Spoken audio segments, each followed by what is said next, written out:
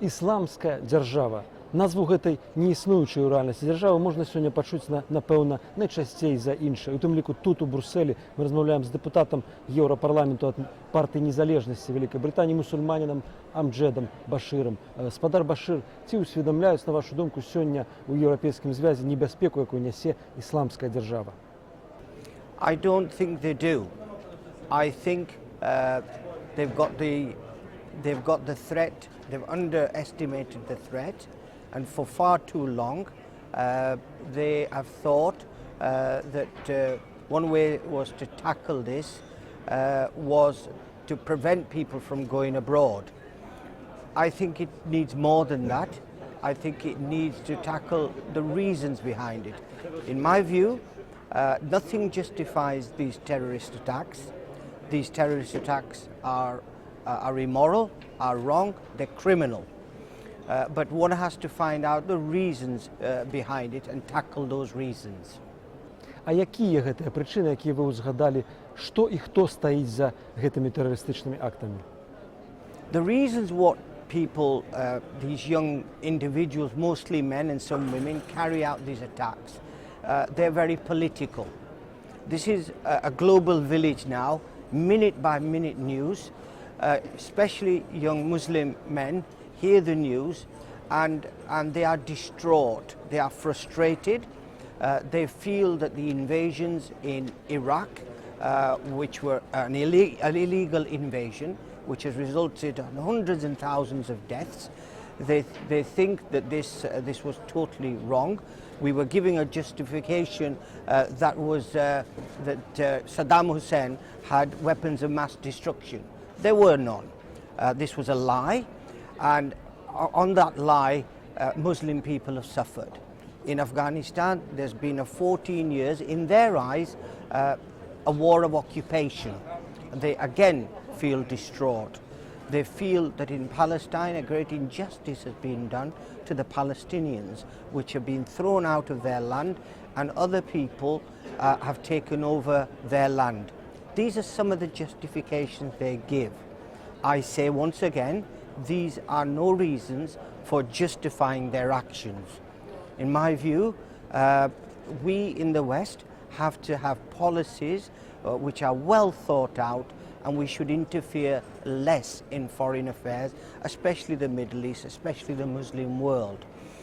А што еўрапейскі звяз, асобна ўзятыя дзяржавы, на агул свет могуць сёння супрацьпаставіць ісламскай дзяржаве?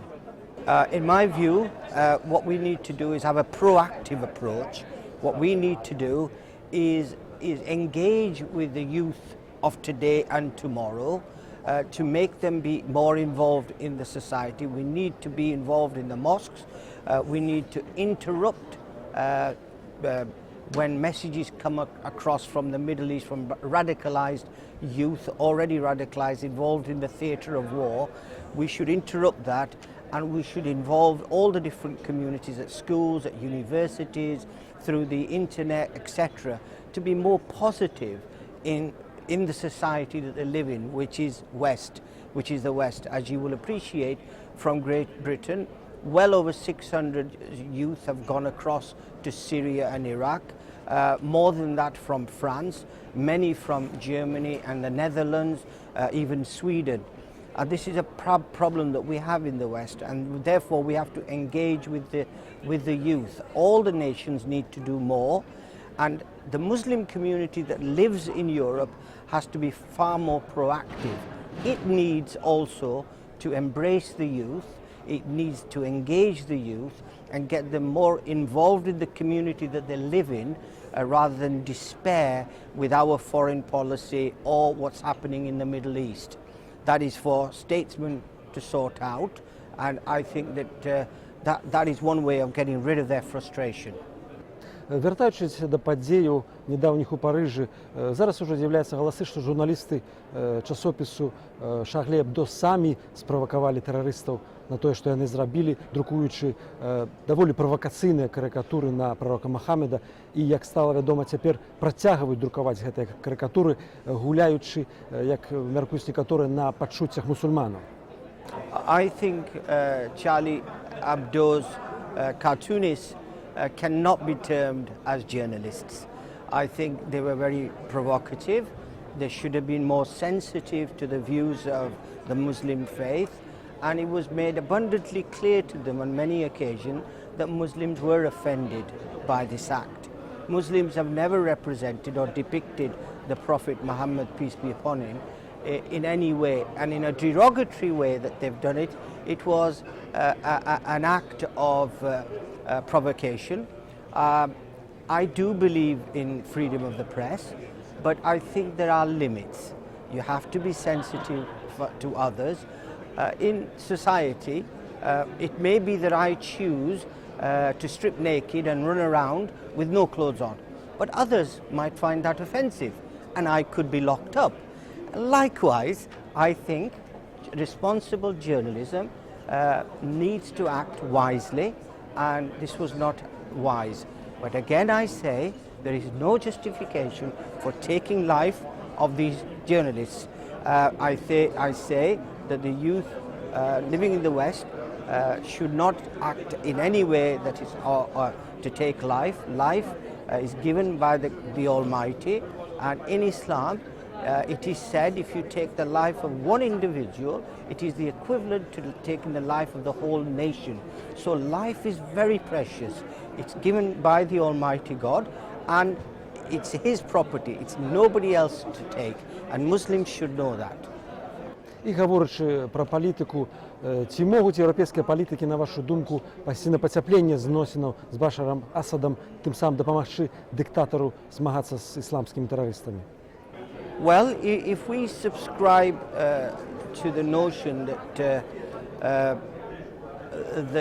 borders cannot be altered and that people shouldn't interfere in other countries, then Bashar al-Assad,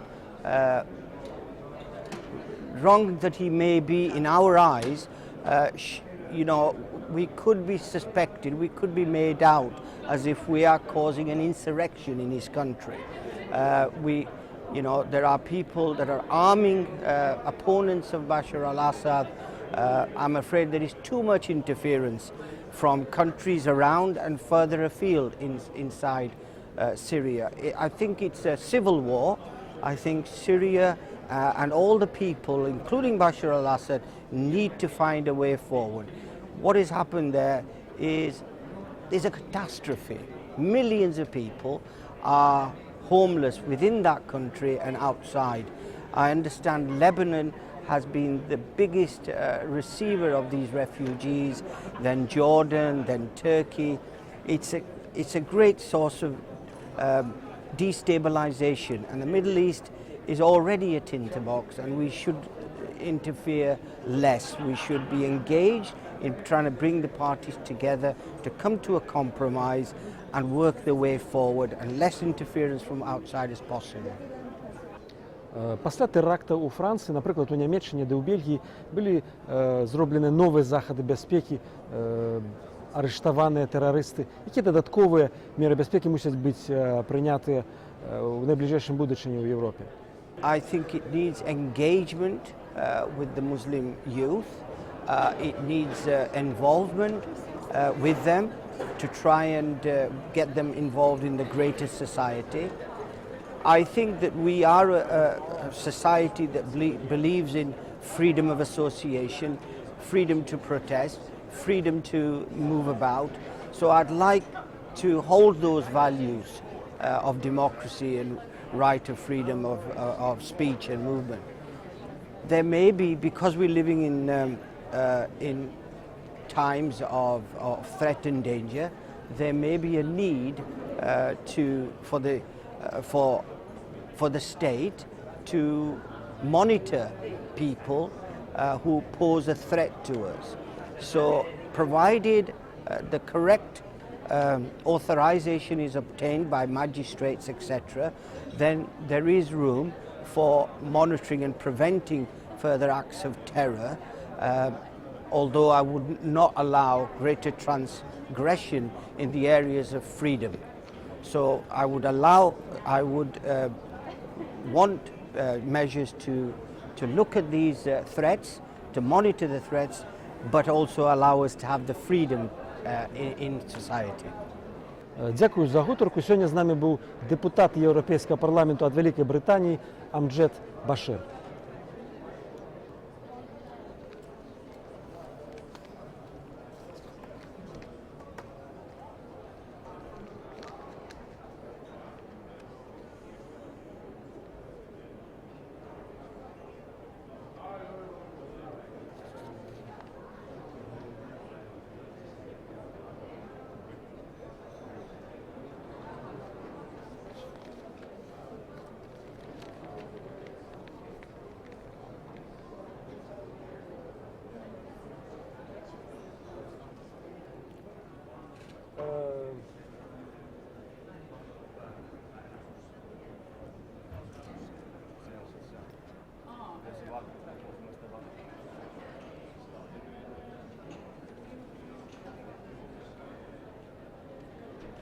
Maybe I should remind the first part of the question. Maybe you can add something, or better to answer again.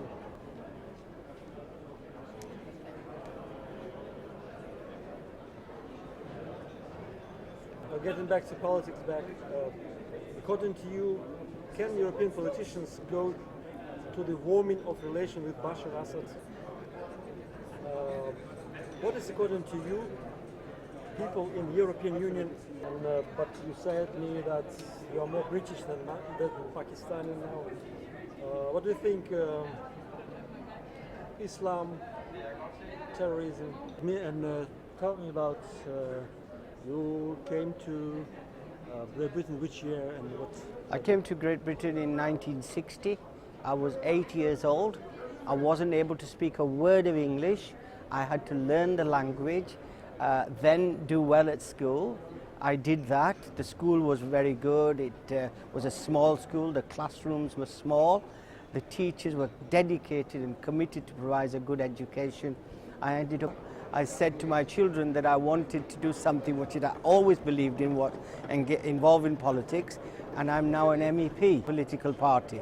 So I'm very blessed and fortunate to be able to be Lincolnshire in the European Parliament.